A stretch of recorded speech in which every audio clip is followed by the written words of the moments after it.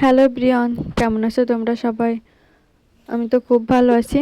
আজকে দেখো আমরা আমাদের বাড়ির একটা পোষা হাঁস কেটে রান্না করব। তো এই যে দেখো, মা হাঁস কাটার আগে হাঁসটাকে একটু জল খাওয়াই নিচ্ছিল।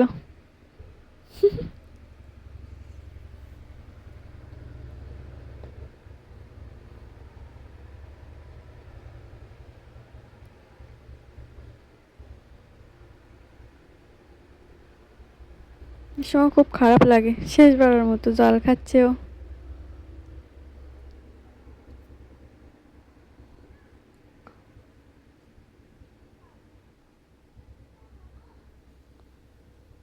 এই যে হাঁসটা কাটা শেষ।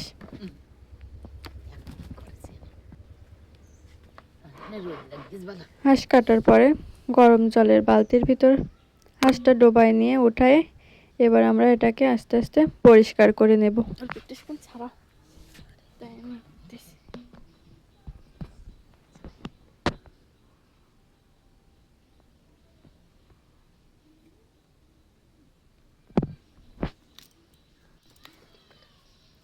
মা অলরেডি হাঁসটাকে পরিষ্কার করা শুরু করে দিছে।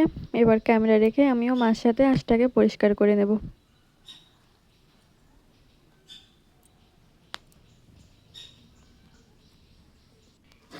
তো এই যে দেখো আমাদের হাঁস পরিষ্কার করা শেষ। দেখো কত সুন্দর পরিষ্কার করে নিয়ে আসছি আমরা হাঁসটা। মা হাঁসটা কুটে দেবে এবার আমাকে।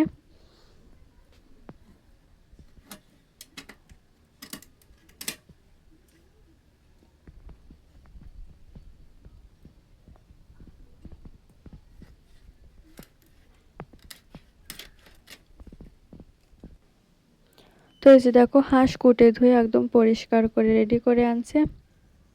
দেখো হাঁসের পেটের ভিতরে কতগুলো ডিম হয়েছে। বড় বড় 3টা ডিম হয়েছে, আর ছোট ছোট দেখো অনেকগুলো আছে।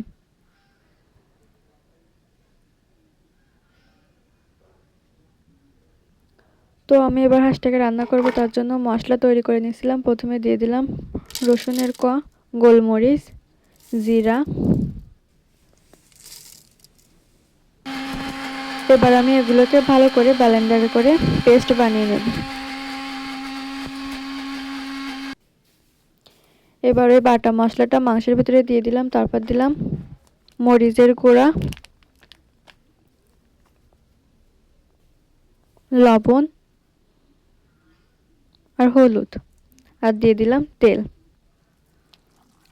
এবার এই মশলাগুলো দিয়ে মাংসটাকে ভালো করে মিশিয়ে নিতে হবে, যেন সব মশলা মাংসের ভিতরে ভালোভাবে মিশে যায়।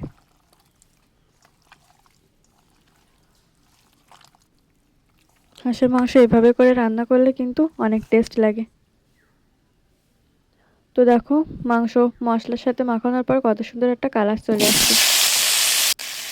তারপর আমি যে গোটা গোটা করে কেটে রাখা আলুগুলোকে অল্প লবণ হলুদ দিয়ে ভেজে নিলাম।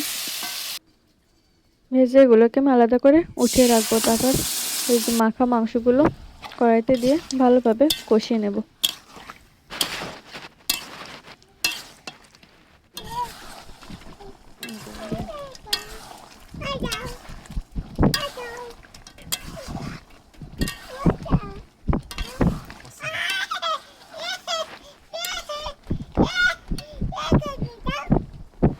হাঁসের মাংস কিন্তু একটু বেশি সময় ধরে কষাতে হয়, তাহলে এটার টেস্ট আরো বেশি বেড়ে যায়।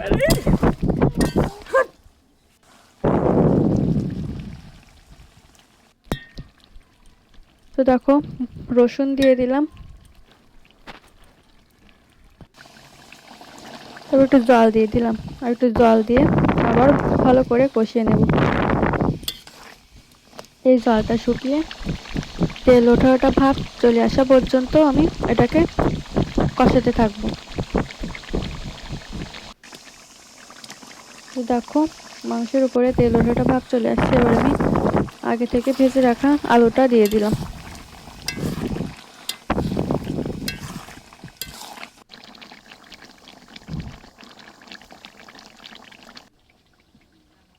এই যে দেখো মাঝখানে হাজবেন্ডের জন্য কষানো মাংস ওঠায় রাখছি।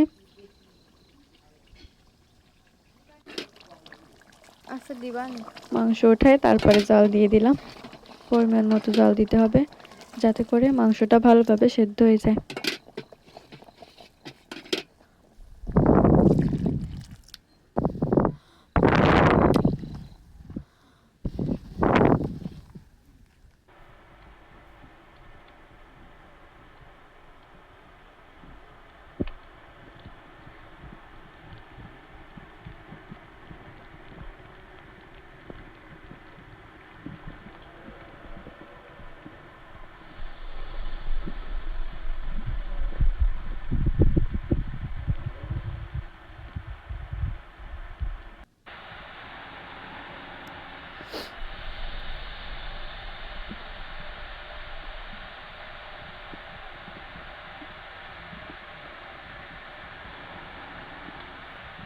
আচ্ছা, তোমরা কে কে হাঁসের মাংস খেতে পছন্দ করো আমাকে কমেন্টে জানিও।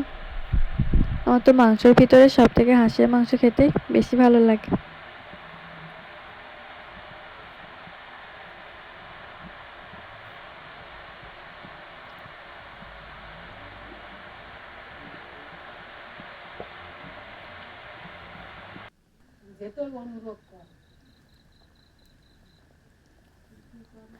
হাঁসের মাংস কিন্তু সিদ্ধ হতে একটু বেশি দেরি লাগে, তার জন্য আমি ঢাকা দিয়ে দিচ্ছিলাম।